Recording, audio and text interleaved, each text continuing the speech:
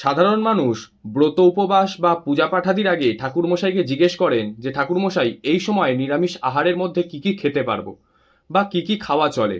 এই বিষয়ে শাস্ত্রীয় বচন কি বলছে?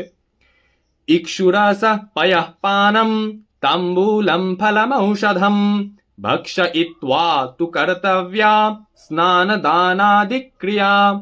অর্থাৎ আখের রস বা আখের রস দিয়ে তৈরি যে কোনো দ্রব্য, দুধ, জল, এছাড়াও যারা পান সেবন করেন তারা পান খেতে পারবেন, এছাড়াও ফল খেতে পারবেন, এবং যাদের শারীরিক দুর্বলতা রয়েছে তারা ঔষধ সেবনও করতে পারবেন। এই সময় নিরামিষ আহার বলতে কিন্তু লুচি দিয়ে কষা করে আলুর দম নয়। অবশ্যই এটি খেয়াল রাখবেন যে নিরামিষ আহার বলেই সব কিছু নয়। এখানে যেগুলো উল্লেখ হলো একমাত্র সেইগুলোই আপনি ব্রত উপবাস বা পূজার সংকল্পের পূর্বে আহার হিসেবে গ্রহণ করতে পারেন। জয় শ্রী মহাকাল।